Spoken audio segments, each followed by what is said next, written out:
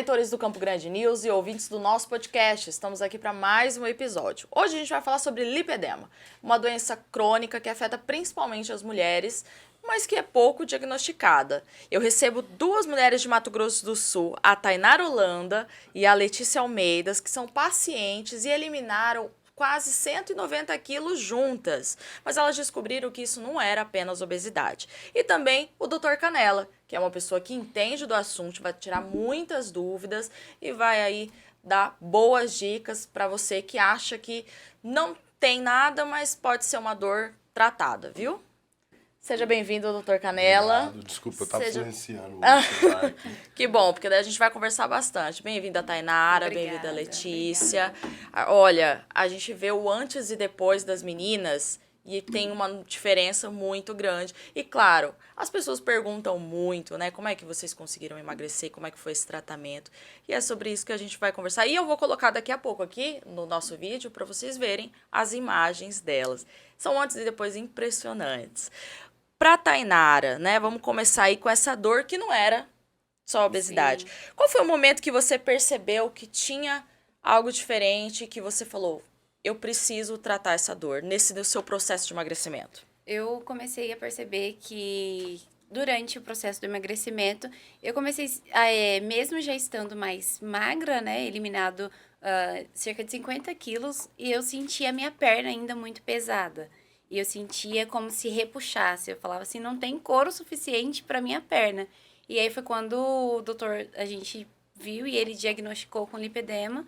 E aí nós também começamos o tratamento do lipedema durante o processo do emagrecimento. Você já ouviu que era falta de força de vontade? Já, que era só fechar a boca, né, na questão do emagrecimento. É só fechar a boca e fazer exercício, que você vai conseguir emagrecer tudo que você tinha. Tudo que eu tinha que emagrecer, né? O que mais doía pra você? Era o corpo ou o julgamento? Fica ali junto, é um páreo duro, assim, entre os dois. O julgamento era bem pesado, mas eu acredito que a insatisfação com o corpo ainda era muito maior. Essa sensação de peso na perna é muito comum em mulher com lipedema, tá? Ela sente a perna pesada. É um tipo de dor que o nosso sistema nervoso central ameniza para diminuir o sofrimento. Então, um dos sinais e sintomas do lipedema é essa perna pesada. A pessoa não consegue fazer uma atividade física longa, ela vai caminhar 3, 4 semanas, a perna pesa, é dor. Tá? É dor mascarada aí como peso na perna. Então, só para introduzir aí que ela relatou isso daí. E eu acho que muita mulher vai se identificar agora. Letícia, você sabia o que era lipedema antes do seu diagnóstico? Eu já tinha ouvido falar, já tinha visto algumas coisas. Como é um diagnóstico meio recente, né, um CID meio recente, eu não tinha nada muito profundo. Quando o doutor veio para mim com um diagnóstico, eu tinha uma suspeita, mas nada muito fundado. E aí, na época, pra mim, era uma dor que todo mundo sentia. Que era uma coisa normal, aquele peso na perna. Até porque eu já tinha perdido muito peso e a dor continuava. Então, pra mim, aquela sensação de peso na perna era nada mais que o dia a dia cansativo de qualquer ser humano que no final do dia tava cansado. Foi quanto tempo sofrendo com essa dor até você descobrir? Acho que desde a minha adolescência eu sempre tive essa dor. E era aquela dor que parecia que no final do dia eu tinha andado de salto alto o dia inteiro, mesmo que eu estivesse usando tênis. E aí eu falava, bom, fiquei em pé, minha perna tá doendo. Fiz alguma coisinha diferente, a minha perna tá muito pesada, muito inchada, mas faz parte da vida. Eu só vim descobrir que aquela dor não era normal quando eu já estava casada, conversando com meu marido, que ele falou que não sentia a perna mais pesada que o resto do corpo. E como eu tenho no braço também, ele também não sentia o braço mais pesado que o restante do corpo. E aí que eu fui entender que não era normal ter os membros mais pesados que o corpo inteiro. E o interessante é que o diagnóstico é extremamente clínico. É o olho treinado. Então não existe um exame. Fazer ultrassom, não, é clínico. Então o diagnóstico é um médico que tem experiência ou que estudou, se dedicou para identificar e diferenciar de uma celulite, de um linfedema ou de outras doenças gordurosas. Então é extremamente clínico. Eu vou perguntar para ela, provavelmente eu vou perguntar, você sente a perna pesada? Eu sinto a perna pesada. Você tem hematomas sem trauma, ou seja, ficar roxa Você entrar, ó, eu acordo, levanto toda roxinha. Quando você fica muito sentada, você fica com as pernas inchadas, a marca da roupa na perna. Então a mulher o exame, a anamnese, a conversa com o paciente e o olhar clínico, tá? E o lipedema começa com aquele culotinho no quadril. Então tem muitas meninas magras, novas, que eu olho e já sei que ela tem um lipedema, que isso pode evoluir, que o lipedema evolui. Então, quando ela tem esse culotinho, é muito fácil tratar.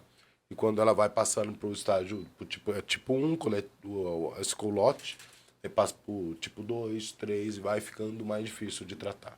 Isso prova que o lipedema muitas vezes é confundido com a obesidade, né? A pessoa acha que só quem tem obesidade ou só quem tá gordinha Não, pode ter o é lipedema. totalmente diferente. Lipedema é uma coisa e a obesidade é outra. A obesidade piora o lipedema. Mas mulheres magras, muitas mulheres magras, têm o lipedema. Tenho vários pacientes magras com lipedema. A minha esposa é magra e tem lipedema. Hoje, quando a gente fala em tratamento para lipedema, o que consiste? Ó, existe várias coisas que as pessoas falam. Tá? Existe um preconceito muito grande com reposição hormonal no Brasil e no mundo, tá? Mas não comer glúten, não fazer atividade com impacto, fazer uma dieta low carb, tudo isso ajuda. Mas realmente o que vai ajudar é você bloquear os receptores alfas estrogênicos. O que é isso? A mulher, ela tem, na gordura dela, ela tem 2 receptores do estradiol, hormônio feminino, entre aspas, tá? E tem um que, quando é hiperestimulado, ela gera um processo inflamatório tão intenso que vira uma fibrose. E tem um outro que é anti-inflamatório, tá? Esses 2 receptores, a mesma gordura. Quando a mulher tem lipedema, ela está estimulando um tipo de receptor que vai acontecer isso. Então, o que nós temos que fazer? Bloquear esse receptor. E como bloquear esse receptor? Com hormônio. Qual que é o melhor hormônio off-label para tratar? Chama gestrinona, tá? Ele vai inibir isso daqui e vai inibir os 2.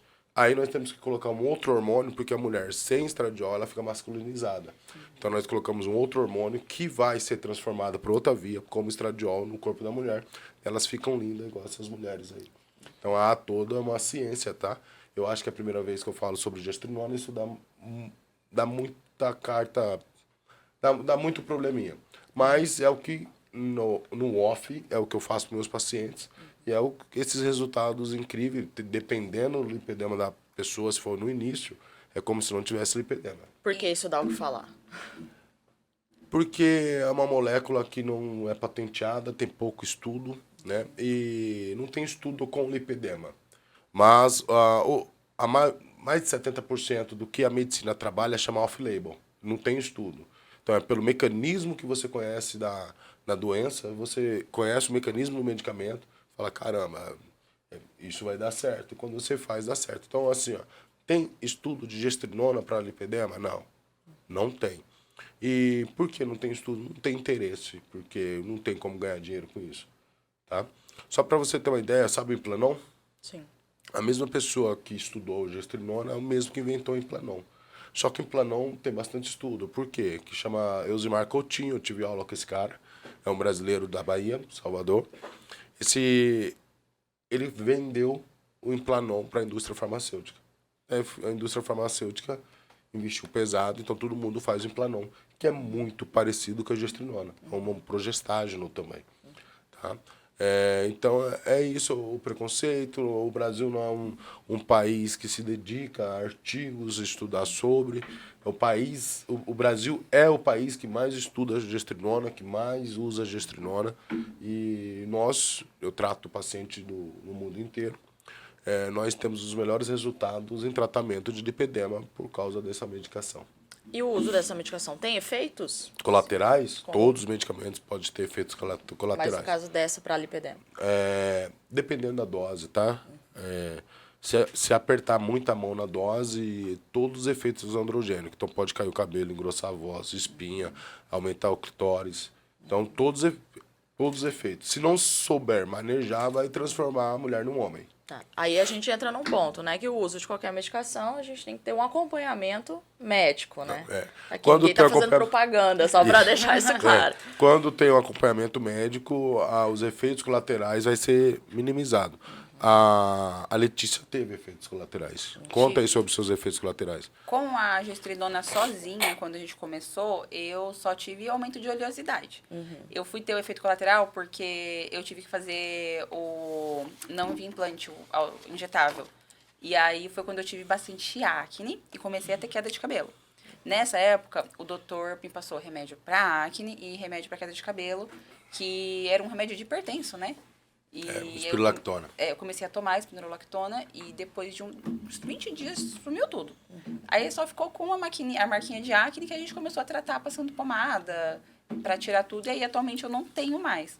E acho que o efeito colateral mais comum que eu notei foi que tem que ficar tirando a sobrancelha toda hora, porque o pelinho da sobrancelha cresce mais rápido, o pelinho do busto cresce um pouquinho mais rápido. Mas eu achava que seria um pelo grosso. E não, é o mesmo pelinho. Só que antes eu fazia de 20 em 20 dias, agora tem que fazer de 15 em 15. Essa mesma substância é uma das melhores substâncias para tratar endometriose. Então, assim, a maioria dos estudos sobre a gestrinona, endometriose, as mulheres que sofrem muito com essa doença, procure testar esse medicamento. Existem os efeitos colaterais, quem domina sobre o medicamento vai conseguir contornar esses efeitos colaterais com muita facilidade e tem que ser mão leve com hormônio. Sempre tentar o mínimo, o menos é melhor. Ainda sobre o lipedema, ele tem cura? Não, é uma doença crônica.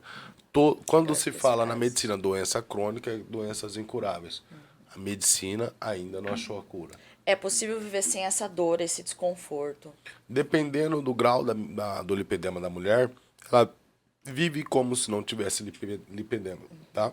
Não acho que ela só ficou pele, né? O meu ficou um pouquinho de pele no interno da coxa só. Mas o lipedema saiu praticamente tudo. O que eu acho bom é a qualidade de vida. E era grave, hein? O seu lipedema era grave. Eu como glúten, eu tomo lactose, que todo mundo fala que não pode com lipedema. Você nunca tirou o glúten da minha dieta desde o início. Que é assim, ó. Como que é?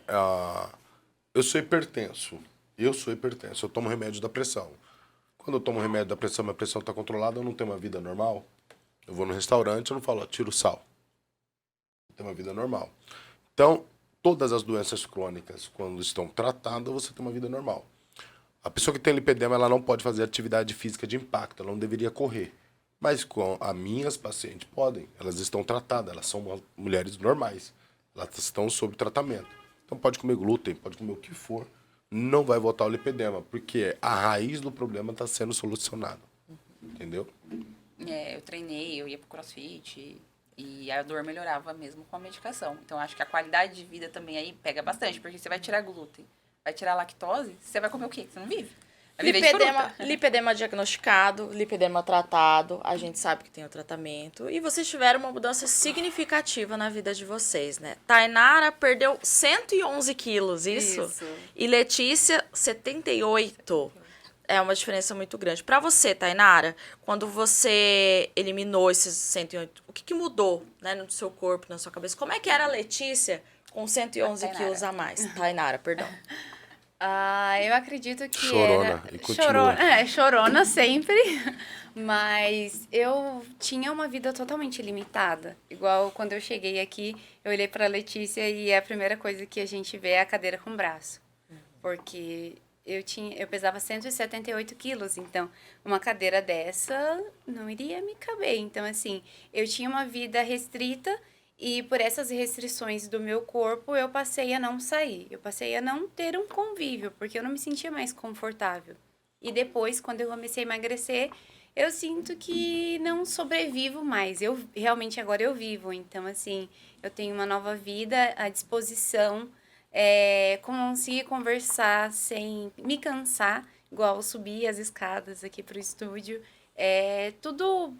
as coisas simples que uma pessoa com um corpo normal faz, para quem um dia já pesou quase 200 quilos, é totalmente diferente. Ó, falou de chorona e eu já... Mas que é uma mudança muito grande da minha vida. Qual foi o momento mais difícil, desafiador?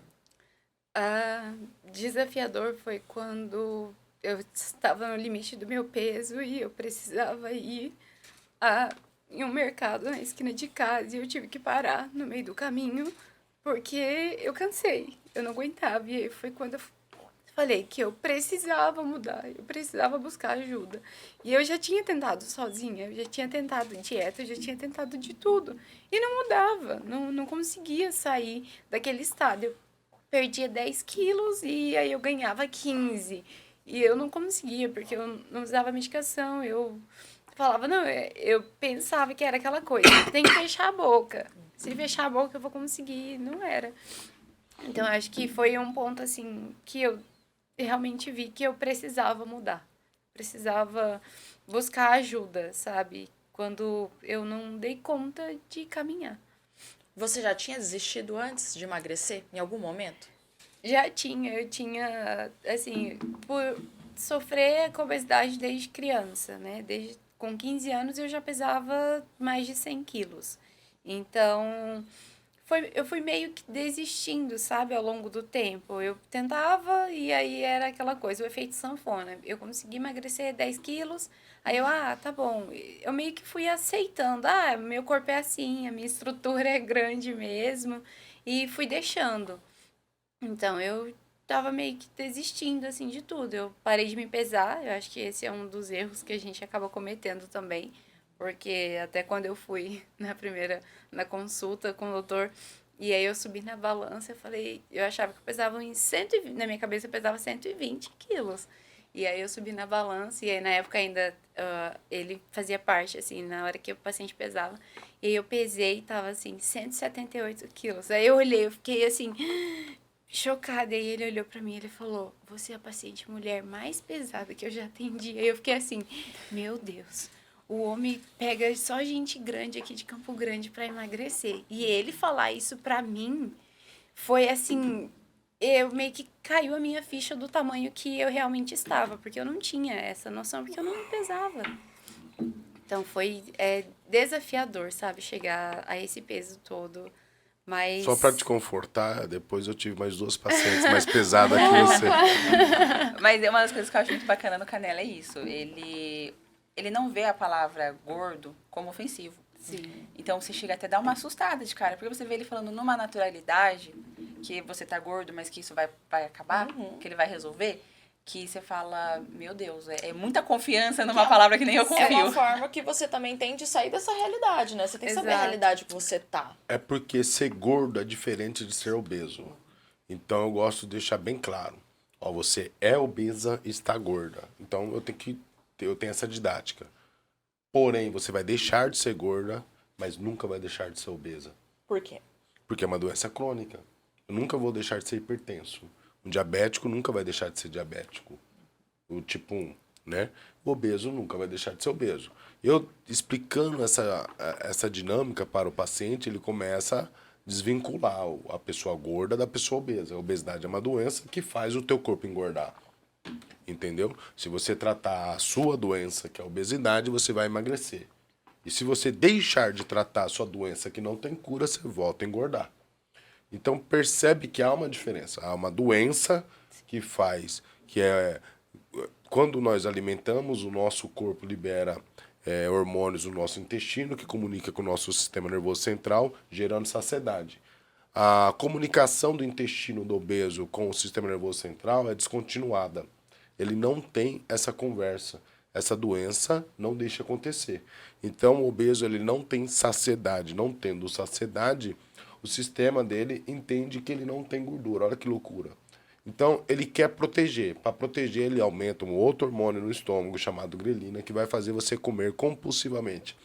Saciedade e compulsão é outra coisa. Saciedade é não freio do alimento. E a compulsão é ter vontade de comer muito.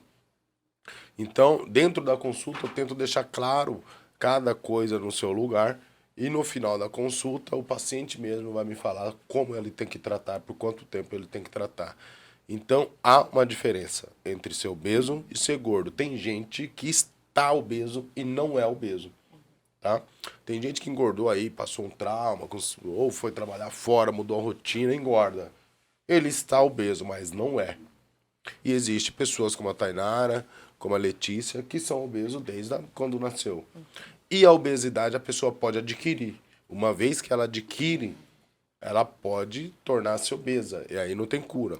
Vírus pode fazer a pessoa ser obesa, poluição pode fazer a pessoa ser obesa, bactéria pode fazer a pessoa ser obesa, traumas, medicamentos. Então tem vários fatores que podem levar a pessoa à obesidade. Uma pessoa que toma corticoide por muito tempo, ela pode se tornar obesa.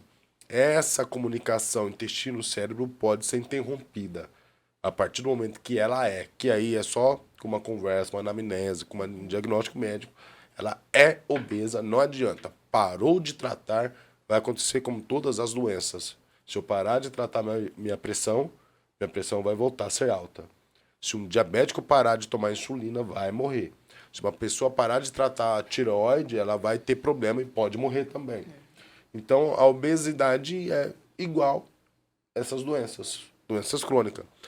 Mas há um preconceito contra ela. Você nunca vai ver uma pessoa chegar num diabético e falar assim, ó, você tem que mudar sua mente.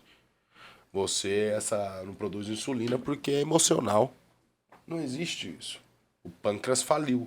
E também o sistema nervoso central, o centro da saciedade desses pacientes também é como se tivesse falido.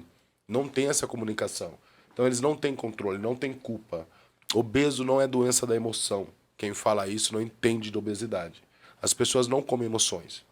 Uma pessoa que tem tendência a ser magra, quando ela fica emocionada, por exemplo, um trauma, uma perda, qualquer emoção que o obeso come, a pessoa deixa de comer, vai emagrecer. Tá? Existe um estudo muito bacana com os africanos, extremamente magros, e fizeram uma dieta hipercalórica para esses africanos, para eles engordarem. Eles engordaram até um certo tempo, daí depois eles fizeram anorexia e voltaram para o peso comum. Tá? E o obeso é o inverso. Ela chegou para mim com 178 quilos, ela com 150 e pouco. Não, eu cheguei com você com 91, eu perdi um pouco antes. As duas chegaram com peso. Você tinha quantos quilos? 91. O metabolismo delas, o tempo todo, vai lutar para ela voltar a ter 178 e ela voltar a 124. O entendimento da obesidade faz com que você tenha um resultado muito bom com os pacientes e faz com que os pacientes eles tirem a responsabilidade sobre eles. Que os pacientes acham que a culpa é deles, que eles são fracos, que eles têm limitações. E não fica só na comparação da balança, né, doutor? Não. É legal a balança, tá? Sim. No início, um exemplo assim, você perdia mais ou menos quantos quilos por semana? Na semana era cerca de 4 a 5 quilos no início. Então isso a pessoa fica feliz. Mas chega num momento que é troca. Sim. Chega num momento que, igual a Letícia, vai ser troca. Às vezes ela sobe na balança e vai ver, tá perdendo gordura e tá ganhando massa muscular. Então, inicial é legal a balança, depois que emagrecer, não. Inicial é legal a balança, mas a gente entende que todo esse tratamento ele é um conjunto, né, Letícia? Você perdeu 78 quilos. Em que momento você também sentiu que estava ali retomando sua vida? Porque você teve várias outras atividades em conjunto. Fazer exercício, melhorou sua alimentação. Como é que foi essa retomada na sua vida, menos, né, tirando todos esses quilos aí? Hoje eu sou um pouco mais imperativa que a Thay. Então, assim, eu não me contentei em viver só como uma pessoa que consegue se movimentar. Eu virei uma criança de novo. Então, você vai olhar na minha casa, eu tô virada de ponta cabeça, eu tô tentando aprender a fazer as coisas. E eu gostei de aprender esses desafios. Isso pra mim é totalmente novo. Eu sempre fui a criança que não podia subir nos brinquedos, porque eu era muito pesada pro brinquedo. Eu bati 100 quilos com 10 anos. Então, eu sempre fui muito pesada para qualquer brinquedo, muito pesada para qualquer situação. Eu sempre tive aquela questão do você nunca vai ter ninguém porque você é muito obesa e ninguém quer ninguém muito obeso. Então, eu tive que descobrir o que era poder fazer as coisas, e aí eu fui um pouco além, né? Eu brinco até demais. E eu ganhei esse controle com o meu corpo em relação à força depois que eu entrei com o tratamento. Porque, primeiramente, eu só fazia dieta e treinava. E chegou um ponto que eu não conseguia mais lidar com o meu autocontrole. E aí a gente entra naquele tema, né? Eu perdi 48 quilos. O que está acontecendo que eu não consigo mais? E eu não entendia que não era força de vontade. Pra mim era força de vontade. Meu marido foi passar em consulta, que meu marido também é obeso tratado. E aí eu tomei um fecho do doutor. Um fecho bonitão. Ele parou a consulta dele e me explicou tudo o que estava acontecendo e falou, você não vai continuar emagrecendo porque seu metabolismo já chegou no limite. Você já gastou todo o limite que você conseguiria ter gasto com ele e você vai engordar. É o que você tem de prognóstico para agora. E nem era consulta comigo. E aí foi quando ele me chamou pra clínica. Ele falou, vem fazer a sua consulta, você precisa de tratamento. Você vai voltar pro peso que você tava e vai ser perigoso para você. E aí eu já tinha regado 15 quilos já tentando emagrecer. Quando eu comecei a consulta com ele, ele falou isso pra mim. Ele falou assim, você vai ficar magra e agora você vai parar de ter essas idas e vindas. E eu tenho a compulsão alimentar, compulsão mesmo.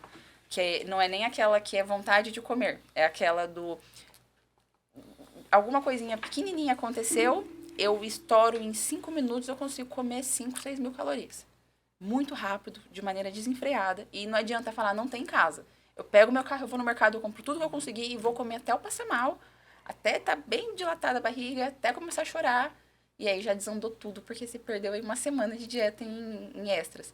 E aí ele controlou isso, ele passou a medicação tanto para emagrecer, tanto para controlar a compulsão, tanto para o lipedema, então foi todo esse combo. E aí foi, acho que a primeira vez em 24 anos, que foi acho que quando eu comecei a tratar com ele, que eu tive liberdade para existir, para descobrir quem que podia fazer alguma coisa, para descobrir que eu não era limitada a ter que viver lutando contra meu próprio corpo. Essa redescoberta, ela é nova ainda pra mim. Eu ainda tô aprendendo a lidar com o meu corpo, ainda tô desafiando tudo que eu posso fazer com ele, porque era um sonho de criança que eu tô realizando na adulta. O que aconteceu com as meninas, elas se tornaram uma pessoa normal. Se ela quiser comer compulsivamente, ela come, mas ela consegue ter o poder de escolha, que o obeso não tem. Se um dia, um final de semana, vai ter um churrasco, se quiser comer, come. Mas eu, que não tenho obesidade, se eu quiser comer, eu como. Mas se eu quiser escolher não comer, eu consigo escolher não comer. Isso o obeso não tem. Ele não tem essa opção. Não tem como lutar com a natureza. Não tem. Entra numa cachoeira e tenta nadar contra a cachoeira. É isso. Não tem. A hora que o sistema nervoso dela começar a estimular o hormônio da fome, o hormônio da compulsão, eles não vão ter controle. E não é psicológico. Não é. Se fosse psicológico, as minhas colegas psicólogas aí, minhas amigas psicólogas, estariam emagrecendo as pessoas. E não é.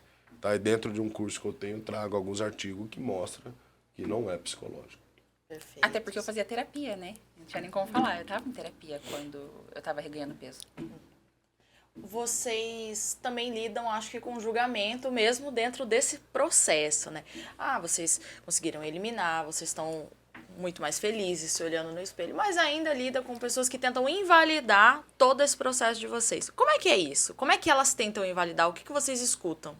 Eu acho que eu lido um pouquinho mais que a Thay, porque eu sou exposta. Porque a Letícia expõe mais na questão das redes sociais. Como eu exponho muito a minha vida, eu ainda lido muito com 2 tipos de comentários. Eu quero ver daqui 1 ano como que você vai estar. Esse aqui eu já escuto, como eu já tô magra há mais de 1 ano, eu já escuto há mais de 1 ano. Mas ainda continuo escutando. E eu escuto de muita gente, assim, você só tá magra porque você toma medicação.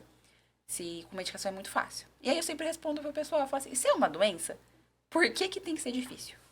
Por que eu tenho que lutar para tratar uma doença? Por exemplo, se você tiver uma virose, você não vai querer ficar lutando para tratar essa virose. Você vai querer ir no médico, tomar um soro, tomar as coisinhas e se recompor. Se você tiver um câncer, você não vai querer ficar lutando contra o câncer. Você quer curar. Você quer sair daquilo. Por mais que não tenha cura, no caso, você quer fazer o tratamento e se recuperar. Então, quando alguém fala, é muito fácil como eu falo, graças a Deus. Eu espero que fique cada vez mais fácil, porque eu não acho justo eu ter que viver uma vida inteira lutando com o meu metabolismo para existir. Então, eu tento sempre responder as pessoas com o máximo de educação para não fazer aquilo virar um contra, eu contra você, numa discussão. E sim fazer com que as pessoas comecem a entender que não precisa dessa briga com o seu metabolismo. A medicação, ela já tem estudo há bastante tempo. As pessoas acham que é um colateral. O Mounjaro, ele foi desenvolvido para diabetes e como colateral ele emagrece.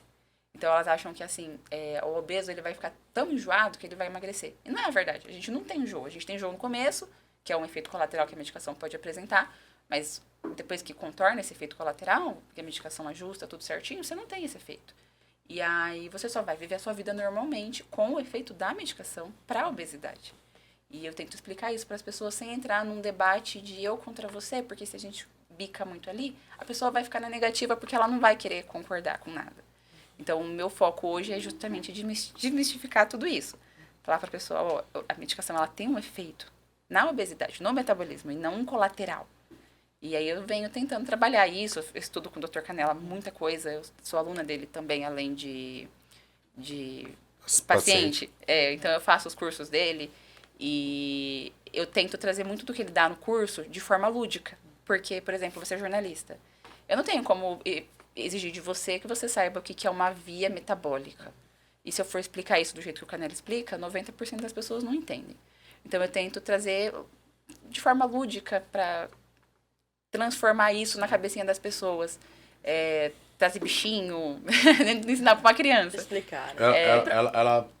Ela pega os conteúdos, tudo o conhecimento que ela adquiriu e transforma numa narrativa melhor do que o próprio Dr. Canella, nas redes sociais dela. Às vezes eu vejo ela... Faça a tradução.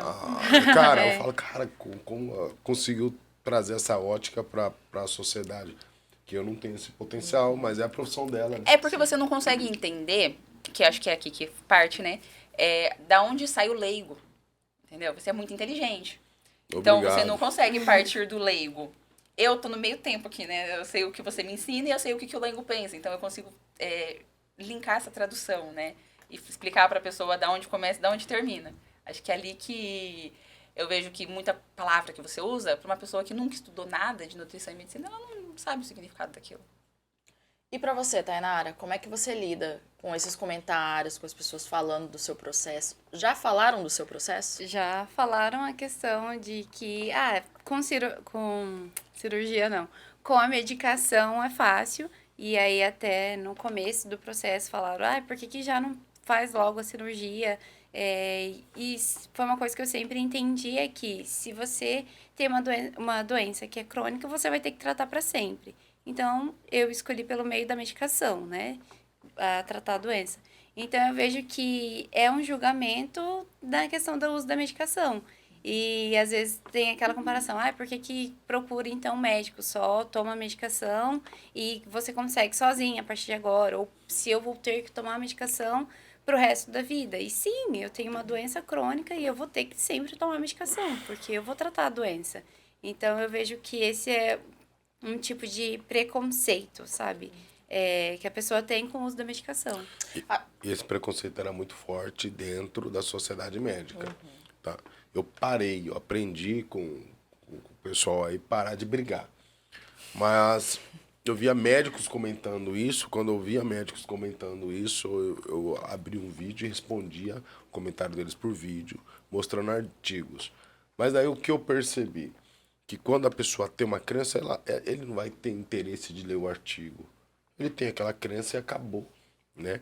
Então eu ficava muito triste quando os colegas médicos, e acontece isso muito em consultório, doutor, eu abraço os pacientes, se o paciente não emagrecer, a culpa é minha, não é do paciente. Por que você não emagreceu? Doutor, eu tô comendo, por que você não me avisou? Eu tenho que ajustar seu medicamento. Se você não tá tendo controle, a culpa é minha. Você me contratou para eu resolver a sua doença, né? E os colegas, hoje a gente está mudando bastante, eu acho que as redes sociais começou a levar até informação para os colegas, mas eles falavam de doença crônica da boca para fora e não acreditavam. A obesidade não é tratada com o mesmo respeito que outras doenças crônicas, tá? Hoje aí, com a indústria do emagrecimento veio para o Brasil, né? Que chegou para os congressos, aí começaram a observar, mas eu vejo menos comentários de colegas médicos falando disso, fecha sua boca, é só fechar a boca, só cria vergonha na cara. Colegas médicos fazendo isso, quem teria que abraçar os pacientes, acolher os pacientes, julgando os pacientes. Outro, os profissionais da área da saúde, então profissionais da nutrição, profissionais da educação física. Quando eles falam isso, eu ia lá abrir um vídeo e ficava brigando. Hoje eu não brigo mais com ninguém.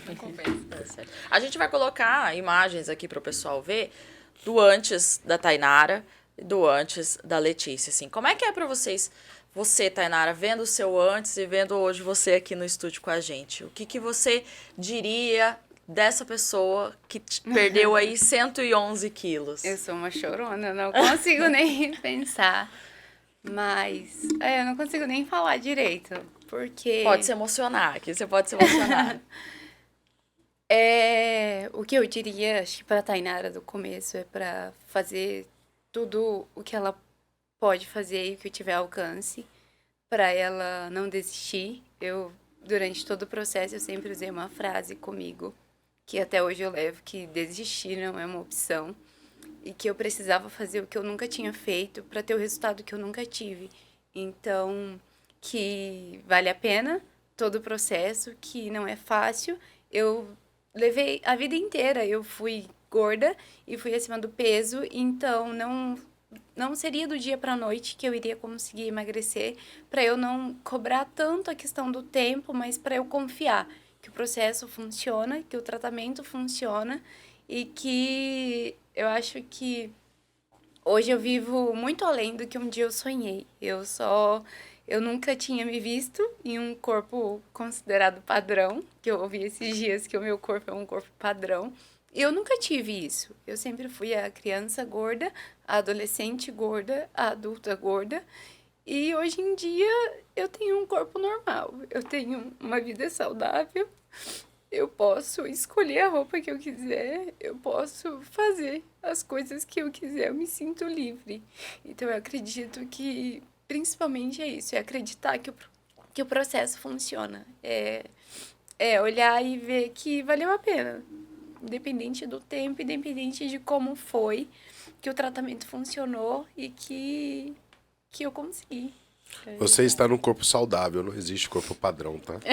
Quem fala isso não entende, não existe um corpo padrão. Você está num corpo saudável, você está num corpo magro, né? As pessoas gordas, elas estão no corpo padrão delas, só não estão saudáveis. Acho que o que ela quis dizer é um corpo estético, né? Não, mas as um pessoas... corpo estético. as pessoas falam... esteticamente aceitável. Não tô corrigindo ela, mas... porque o padrão muda. Mary Moore tinha 85 quilos. Era gordinha, pô. Né? Hoje o padrão é extremamente magra e A gente tá falando de musculosa. saúde, né? Então, assim, ela está num corpo saudável, está num corpo magro. Eu não acredito que não existe corpo padrão, não. Pra você, Letícia, vendo esse seu antes e hoje aqui, Letícia, com a gente, como é que é? Eu falo que eu nem acredito ainda que sou eu no antes. Às vezes até eu acho que eu tô mentindo, porque é muita diferença. Eu acho que hoje, olhando pra trás, eu falaria pra Letícia de antes agarrar tudo que ela puder de oportunidade e manter firme que ia dar certo. O meu sonho era ter tido um médico igual Canela na minha adolescência, que acho que foi a fase mais pesada da minha vida, porque a gente vê todo mundo tendo uma vida e você ficando na arquibancada como uma pessoa jogada porque ninguém quer papo com você. E acho que quem é gordo sabe do que eu tô falando. Você tem uma situação onde tem gente que não quer te dar a mão como se fosse algo transmissível. As pessoas têm nojo de estar perto de você. Isso é muito triste. Então, acho que se eu tivesse conhecido o doutor na minha adolescência, entendido que a obesidade era uma doença e que ser gorda era uma fase, que aquilo ia passar, eu ia ter sido uma adolescente muito mais completa comigo mesma. Eu sou extremamente grata a tudo que eu aprendi nesse processo de emagrecimento. Mas em relação a mim mesma, eu acho que o mais doido é que parece que eu tenho um apagão da Letícia do início. A Letícia de hoje, ela é totalmente completa. E a do início estava perdida, destruída. Tinha acabado de perder a mãe, estava sozinha no mundo. A Letícia de hoje, ela conseguiu tudo. Ela conseguiu a família, ela conseguiu o corpo, ela conseguiu a autonomia. Então, eu não consigo nem mensurar o quão feliz eu sou pela de hoje e o quanto eu tento deixar do passado lá no passado, nem pensar nela. E o que vocês diriam para mulheres que enfrentam a obesidade, sentem a dor do lipedema, mas acham que a culpa é dela ou que é falta de força de vontade, ou que elas não conseguem? Que conselho vocês deixariam para essa pessoa, que vocês pudessem deixar para que elas também busquem, né, um tratamento como vocês buscaram? Eu diria para elas só irem, pelo menos para consulta, para elas conseguirem entender o que elas podem fazer por elas. Porque, infelizmente, o tratamento top, mais ouro, ele é um pouquinho mais elevado para a grande maioria das pessoas, mas existem meios de você ir fazendo aos poucos, sabe? Então, vai na consulta, senta, olha pra cara do doutor e analisa com ele o seu quadro específico. Porque olhar pro meu e olhar pro da Thay é muito diferente do que olhar pro seu. Pro doutor te explicando na consulta o que você tem, pra você indo entender a medicação que você vai precisar tomar, como precisa tomar. Porque é muito melhor que você vá e tenha a sua própria experiência e que você entenda que você não está sem um fundo, sabe? Uma luz lá no fim do túnel. Tem uma luz. E para isso, a primeira coisa que você precisa fazer é procurar quem sabe do que está falando. Uma coisa muito bacana dentro do consultório, que o paciente chega no consultório não acreditando. Ele não acredita que vai emagrecer. Não. E ele sai da consulta sabendo que vai emagrecer. Porque quando você destrava quando você leva o conhecimento, pô, a culpa não é sua.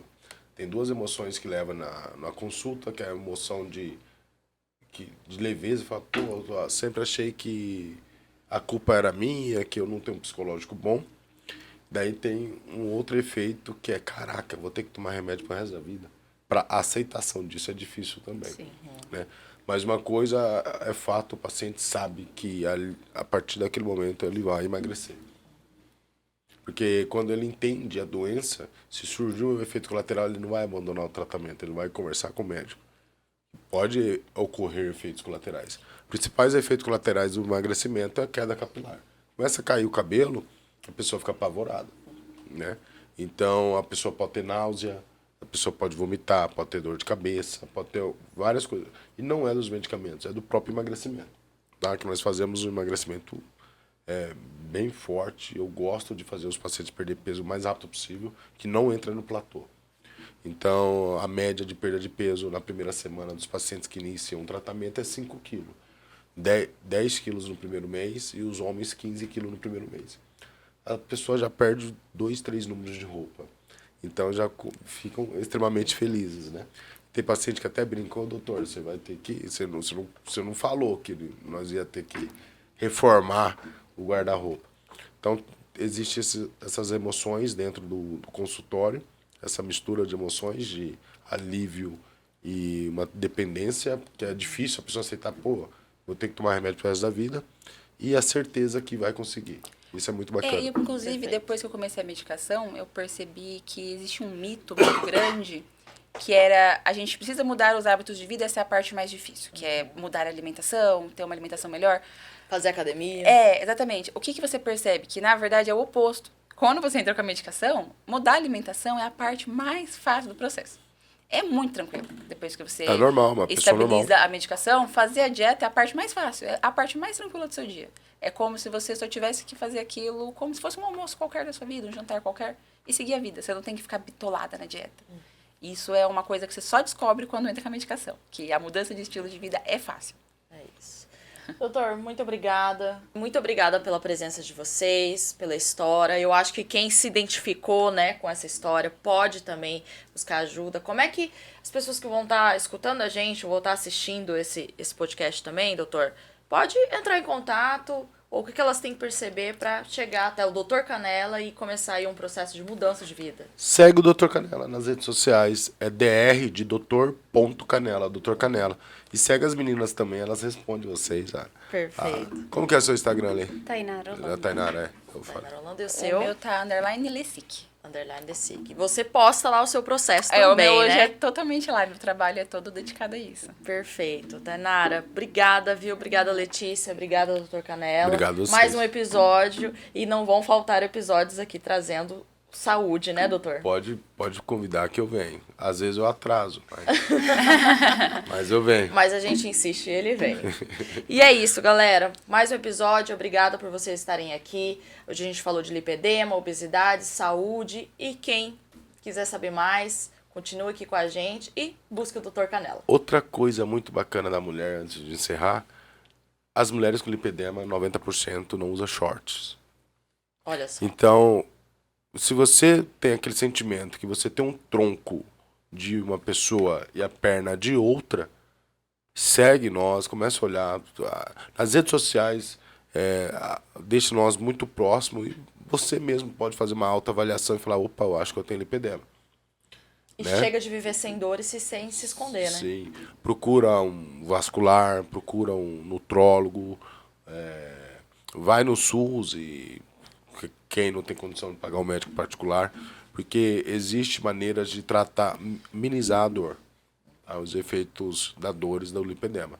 Então olha no espelho, se você acha que você emagrece, a mulher emagrece também, ela emagrece muito a cintura, fica magra em cima e embaixo, fica gordinha. Tá? Então isso pode ser lipedema, é só isso só. É isso. E é isso, galera. Até o próximo episódio. Muito obrigada pela audiência.